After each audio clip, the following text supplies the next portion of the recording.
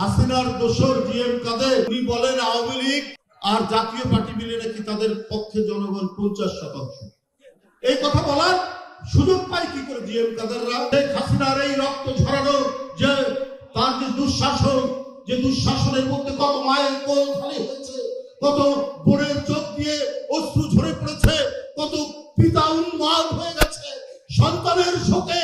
এই 17 বছরের এই নির্মম শাসককে যারা বৈধতা দিয়েছে, তারা এরশাদ আর এরশাদের ভাই, এরশাদের স্ত্রী, তারা আজকে গলা বের করে উঁচু গলায় কথা বলছে কিভাবে? আরে আমরা সবাই জানি ওই ভারতের ল্যাবরেটরিতেই শেখ হাসিনার জন্ম, ওখানে জিএম কাদেরের জন্ম, ভারতের গোয়েন্দাদের ল্যাবরেটরিতেই আপনার রওশন এরশাদের জন্ম।